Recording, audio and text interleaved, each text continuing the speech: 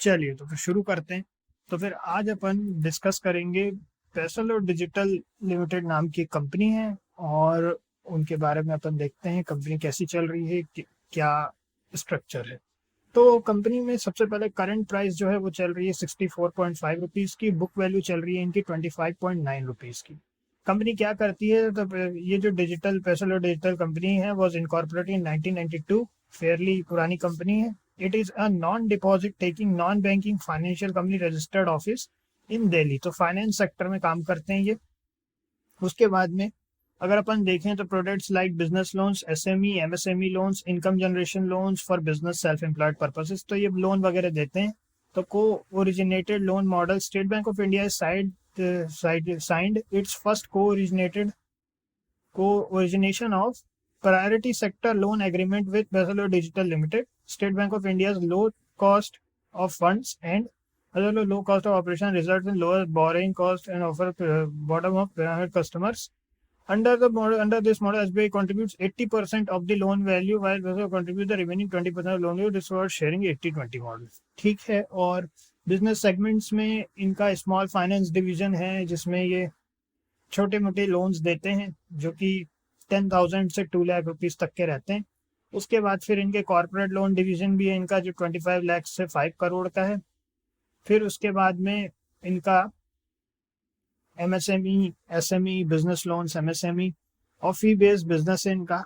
और उसके बाद में फिर की रेशियोज को अपन लोग अगर क्वार्टरली वगैरह अपन थोड़ी देर बाद देखते हुए चलेंगे। चलिए इधर चलते हैं। तो फिर अब अपन इनका मैक्स चार्ट चेक कर लेते हैं कि अभी ये लोग अपने पहले के परफॉर्मेंस से कहाँ बैठे हुए हैं। इन्होंने अपना जो ऑल टाइम हाई है वो 103 रुपये का था, जो कि इन्होंने 22 अक्टूबर 2021 को कैच किया था। उसके बाद से फिर ये यहाँ पे ऑलमोस्ट 64 रुपीज़ पे यहाँ पे बैठे हुए हैं अभी। ठीक, अब चलते हैं। चलिए, प्रोज में अभी यहाँ कुछ नहीं दिया हुआ है। कॉन्स में देखें तो company has low interest coverage ratio, company has delivered poor sales growth of 9.39% over 5 years. काफी ज्यादा 9.39% का sales growth, poor sales growth है। फिर उसके बाद में company has low return on equity of 8.38% over last 3 years. ठीक, चलिए चलते हैं। तो फिर अब इसमें अपन देखें रेवेन्यू में तो 118 से क्वार्टरली रिजल्ट्स हैं, 118 से 136 हो गए करोड़ में। इंटरेस्ट वाइज देखें तो 59 से 60 जो कि बढ़ा है। एक्सपेंसेस देखें तो कम हुए हैं 25 से 24 करोड़ के। फिर उसके बाद फाइनेंसिंग प्रॉफिट जो है वो है इनका 33 से 53 करोड़, काफ़ी अच्छी ग्रोथ है। फाइनेंसिंग मार्जिन परसेंटेज 28% से 39%। अदर इनकम इनका -5 से 0, जो कि मैंने नेगेटिव में था अदर इनकम, अभी 0 हो गया। ठीक है, ठीक है। उसका डेप्रिसिएशन 1 का 1 ही है। प्रॉफिट बिफोर टैक्स जो है काफ़ी अच्छी ग्रोथ है, 28 से सीधा 52 की। फिर उसके बाद टैक्स परसेंटेज जो है 26% का उतने ही है। नेट प्रॉफिट 21 से 38, अच्छी ग्रोथ है। अर्निंग पर शेयर जो है वो है 0.86 का। फिर ग्रॉस एनपीए जो है वो है, ग्रॉस एनपीए है 0.26% का। नेट एनपीए जो है वो है 0.04% का। अब देखते हैं यहाँ पे अपन, ये इनके प्रॉफिट एंड लॉस हैं ईयरली बेसिस पे। रेवेन्यू 392 से 473 बढ़ा है। फिर 184 इंटरेस्ट भी बढ़े हैं। फिर उसके बाद फिर एक्सपेंसेस की बात करें तो वो भी बढ़े हैं 97 से 130। फाइनेंसिंग प्रॉफिट की बात करें तो 110 से 134। ईयर बाय ईयर बेसिस पर देखें तो इनका प्रॉफिट कम ज़्यादा होता रहा है, 90 से 78, फिर 81, फिर 110, फिर 134। फिर उसके बाद देखें फाइनेंसिंग मार्जिन जो 28% की मार्जिन है इनकी, पहले 23 थी। फिर उसके बाद 2 साल से पिछले इन्होंने 28% रखा हुआ है। उसके बाद में अगर अपन देखें अदर इनकम इनकी -5, फिर उसके बाद डेप्रिसिएशन 3, फिर उसके बाद में प्रॉफिट बिफोर टैक्स जो है वो है 126 करोड़ का। फिर उसके बाद में अगर अपन देखें टैक्स परसेंटेज है इनका 26%। नेट प्रॉफिट जो है वो है 94 करोड़ का। फिर उसके बाद में earning per share 2.08, dividend pay out 5%, dividend भी पे आउट किया है इन्होंने। फिर उसके बाद अगर अपन इधर बैलेंस शीट पर चलें तो शेयर कैपिटल की अगर अपन बात करें तो बढ़ा है इनका शेयर कैपिटल, धीरे धीरे बढ़ा रहे हैं। 44 से 45 हुआ। उसके बाद फिर 45 करोड़ का। रिजर्व की बात करें तो रिजर्व भी अच्छी ग्रोथ दिखाए हैं, 962 से 1118 करोड़ का। फिर बोरोइंग की बात करें तो वो भी बढ़ी हैं। फिर अदर लाइबिलिटीज 76 से 74 कम हुआ है। टोटल लाइबिलिटीज 3,354 करोड़ की। फिक्स्ड एसेट्स इनके 66 हैं जो कि बढ़े हैं। फिर CWIP कुछ नहीं है। फिर उसके बाद इन्वेस्टमेंट्स हैं 26 से 95, अच्छी बढ़त है इसमें, इन्वेस्टमेंट काफ़ी बढ़ाया इन्होंने। अदर एसेट्स की बात करें तो अदर एसेट्स भी इनके बढ़े हैं, 3,192 हो गए हैं। टोटल एसेट्स भी इधर हो गए 33,354 करोड़। ठीक। अब कैश फ्लो की बात कर लेते हैं। कैश फ्लो जो है, कैश फ्लो ऑपरेटिंग एक्टिविटीज इनका नेगेटिव में है, और इनफैक्ट ज़्यादा नेगेटिव है, -396 से -452 हो चुका है। कैश फ्रॉम इन्वेस्टिंग एक्टिविटीज -3 से -5 हो चुका है। कैश फ्रॉम फाइनेंसिंग एक्टिविटीज बस इनका बढ़ा है। Overall net cash flow positive हुआ है, -37 से 19 पॉजिटिव हुआ है। पिछले साल नेगेटिव कैश फ्लो था इनका। अब इसके बाद में अगर अपन देखें इनका ROC की बात जो की हुई है, ROC इनका बढ़ा, उतने का उतना ही है एक्चुअली, बढ़ा नहीं है, 9% का 9% ही है। शेयर होल्डिंग पैटर्न एक इंपॉर्टेंट चीज है, वो देखते हैं। इनका जो मार्च 2023 में इनका प्रमोटर होल्डिंग थी 45.92 की, अब 46.24 जो कि बढ़ा है। अब इसके बाद FIIs की बात करें तो कम हुआ FIIs का इंटरेस्ट इसमें। फॉरेन इंस्टीट्यूशंस ने अपना कुछ इसमें से शेयर होल्डिंग निकाली है। फिर उसके बाद में अगर अपन DIIs की बात करें तो DIIs का इन्वेस्टमेंट बढ़ा है, 13.32 से 14.18 हुआ। पब्लिक इंटरेस्ट जो है वो भी कम हुआ है, 20.64 से 19.65। और पब्लिक इंटरेस्ट लगातार यहाँ पे आप अगर देखें 26, 25, 25, फिर उसके बाद 21.19, 20.89, 21.19 थोड़ा सा बढ़ा, फिर उसके बाद 20.31, 21, फिर ऐसे ही फ्लक्चुएट होता रहा है। ज़्यादातर इनका ये 2021 की रेंज में अभी जो है, अभी तक का सबसे कम अगर अपन इनके 2020 से लेकर के 2023 का देखें, सबसे कम पब्लिक इंटरेस्ट अभी अपने को यहाँ दिख रहा है। अब अपन चलते हैं, चलिए इनके चार्ट पे, अब साथ में टेक्निकल एनालिसिस भी कर लेते हैं। सो हमने यहाँ पे इनका चार्ट ओपन किया हुआ है, डेली टाइम फ्रेम पे इनका चार्ट हमने ओपन किया है।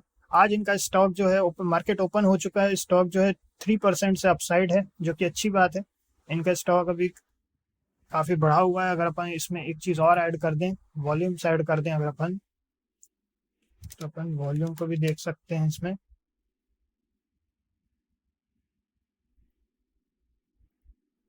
तो चलिए वॉल्यूम में जो है, वॉल्यूम वाइज अगर अपन देखें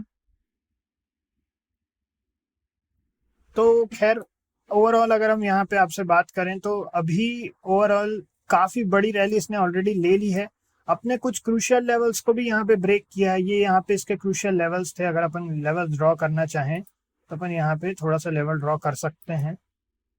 यहाँ पे एक इनका क्रूशियल लेवल हुआ करता था, उसको इन्होंने ब्रेकआउट देते हुए यहाँ अपर साइड पे गया है। अब एक और लेवल यहाँ पे दिख रहा है, जो कि कई बार यहाँ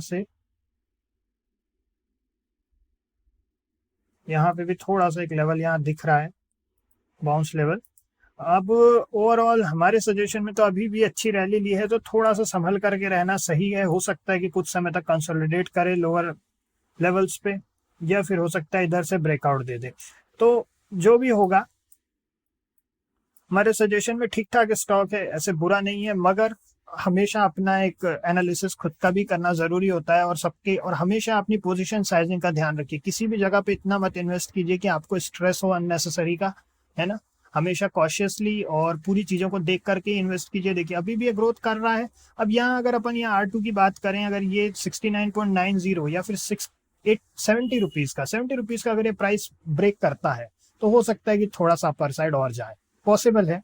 इसलिए रेंज में थोड़ा सा परसेंट जो 5 रुपए से ग्रो कर सकता है, ठीक ठाक है। अब वो तो ओनली टाइम विल टेल। बाकी अभी ठीक है। हमारी जैसी रहती है स्ट्रेटेजी कि हम हमेशा रिवर्सल्स पे ट्रेड करते हैं, तो ओवरऑल यही है। अभी तो रिवर्सल जैसा कुछ है नहीं यहाँ पे अभी। हमेशा हम ट्रेंड रिवर्सल पे ही ट्रेड करते हैं कि जब ट्रेंड काफी चल गया हो, उसके बाद ऐसा लगता है कि मार्केट जो है वो थोड़ा रिवर्स करने की इसमें गुंजाइश है। बट ओवरऑल यही है, स्टॉक वाइज ठीक है ना। कंपनी हमेशा अपने ट्राई कर रही है। जैसे अगर अपन यहाँ, जैसे कंपनी बहुत समय तक एक ही लेवल्स पे रहने के बाद भी कंपनी अपना अपर साइड दिखाने की कोशिश कर रही है, यहाँ पे स्ट्रक्चर बनाती है, फिर इसके बाद डाउन साइड, फिर इसी तरीके से। और अभी एक बार फिर से इसने अपना बोलना चाहिए अपर साइड का मोमेंटम शुरू किया है।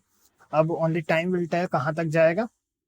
बाकी ठीक है स्टॉक वाइज। और ये हमारा एनालिसिस था। आप लोगों को भी सजेशन है कि अपनी तरफ से भी एनालिसिस कीजिए, और हमेशा एंट्री सेफ लेवल्स पे करने की कोशिश करना चाहिए। इसलिए अगर अपन सेफ लेवल को थोड़ा सा एक बार छोटी सी डिस्कशन कर लें, तो सेफ लेवल की बात करें तो जैसे एक बार फिर से हमारे लिए तो 70 रुपीज़ के ऊपर ही हमारे लिए सेफ लेवल्स हैं। और इन्वेस्टमेंट हमेशा उतना ही कीजिए जितना, क्योंकि ये इन्वेस्टमेंट्स हैं और इनमें कई बार काफ़ी समय लग जाता है, कई मंथ्स लग जाते हैं कई बार रिकवर होने में। बट जब होता है तो आप एक पीसफुली आप ये कह सकते हैं कि कंपनी अगर अच्छी है तो आपको उतना रिस्क नहीं रहता जितना कि डेरिवेटिव्स वगैरह सेक्शंस में होते हैं, है ना। अभी रिसेंटली किसी ने बोला भी था कि डेरिवेटिव्स के ऊपर डिस्कशन करने के लिए। देखिए डेरिवेटिव्स में हम ज़्यादा क्या, बहुत बहुत रेयर इन्वेस्टमेंट्स होते हैं डेरिवेटिव्स में हमारे, बहुत ही रेयर। तो डेरिवेटिव में ऐसे डिस्कशन करने के लिए शायद करें, है ना। अगर कोई बहुत ही अच्छी इफेक्टिव स्ट्रेटेजी या इफेक्टिव कुछ होता है और प्रॉपर टेस्टिंग के बाद ही आप लोगों से शेयर करेंगे तो हमें इन्वेस्टिंग ही पसंद है। बट देखते हैं, अभी इतना ही है आज के लिए। तो नेक्स्ट में मिलते हैं आप लोगों से। ठीक, ओके।